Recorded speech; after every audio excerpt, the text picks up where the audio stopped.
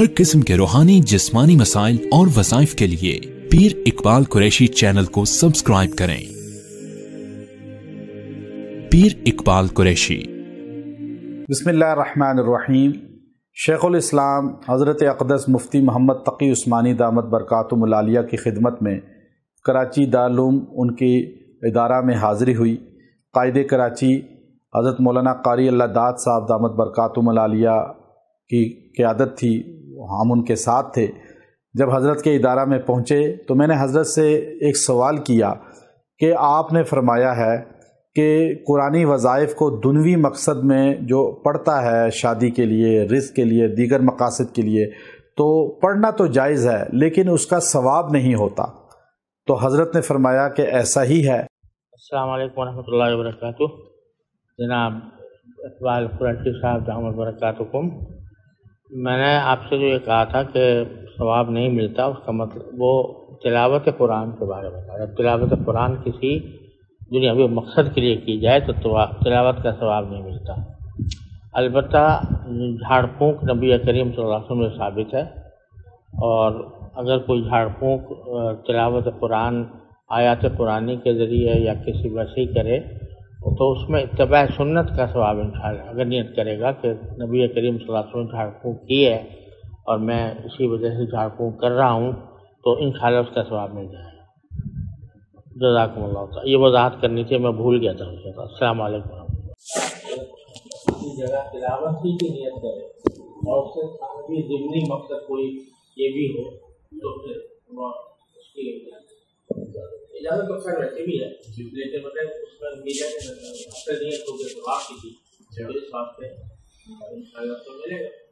لیکن یہ آیات کو، آیات قرآنی کو اور کبھی پڑھنا نہیں، صرف اسی وظیفوں کے لیے، مقاصد دنیاوی کے لیے، ملازمت کے لیے، شادی کے لیے، بس اسی کے لیے پڑھنا ہے، یہ ٹھیک ہے۔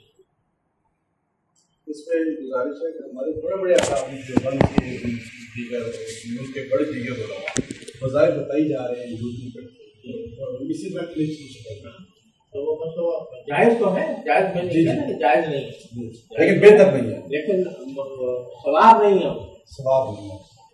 اور یہ میں نے آپ سے تفصیل دی، بہت شکریہ اللہ۔ تو اس پر میں نے تھوڑی سی گفت و شنید کے بعد یہ رائے اپنے ذہن میں قائم کی کہ ہم جو قرآنی پڑھتے ہیں اوراد وظائف، چونکہ قرآنی وظائف دینا بھی جائز ہے، پڑھنا بھی جائز ہے، یہ حضرت نے فرمایا، لیکن ان کی نیت یہ کرنا کہ صرف میرا دنیاوی کام ہو، یہ ثواب سے محرومی کر دیتا ہے۔ اب ہمیں دو نیت رکھنی چاہیے تو انشاءاللہ ہمیں ثواب بھی ملے گا، ہمارا مقصد بھی حل ہو جائے گا۔ چونکہ نبی علیہ الصلوۃ والسلام نے فرمایا مغرب کے بعد سورہ واقعہ پڑھیں۔ اب سورہ واقعہ جو پڑھے گا یہ سمجھ کے کہ حضور کا فرمان ہے اور میں قرآن پڑھ رہا ہوں، قرآن کی نیت کر کے، تو نبی کی اتباع کی سنت کی وجہ سے ثواب بھی مل جائے گا اور قرآن کا اجر بھی مل جائے گا۔ اب جو سورہ یاسین فجر کے بعد پڑھے گا اس کے بارے میں بھی اسی طرح ہے، ہر فرض نماز کے بعد جو آیت الکرسی پڑھے گا حضور کا فرمان ہے، اب وہ حضور کا فرمان سمجھ کے پڑھے گا تو قرآن کا اجر بھی مل جائے گا، نبی کی اتباع کا ثواب بھی مل جائے گا۔ تو ہم جو وظیفہ پڑھتے ہیں تو ہم سورہ کہف پڑھتے ہیں جمعہ کے دن، تو اب ہم یہ حضور کا فرمان سمجھ کے پڑھیں گے کہ قرآن ہم پڑھ رہے ہیں تو ہمیں قرآن کا اجر بھی مل جائے گا اور ہمیں نبی کی اتباع کا ثواب بھی مل جائے گا۔ تو وظیفہ پڑھنے والا تھوڑا سا نیت چینج کرے۔ جب بھی میرے کوئی وظائف آتے ہیں، آپ وظائف قرآنی ہوتے ہیں، تو آپ یہ نیت کریں کہ ہم قرآن پاک کی آیات پڑھ رہے ہیں، تاکہ قرآن پڑھنے سے اللہ راضی ہو۔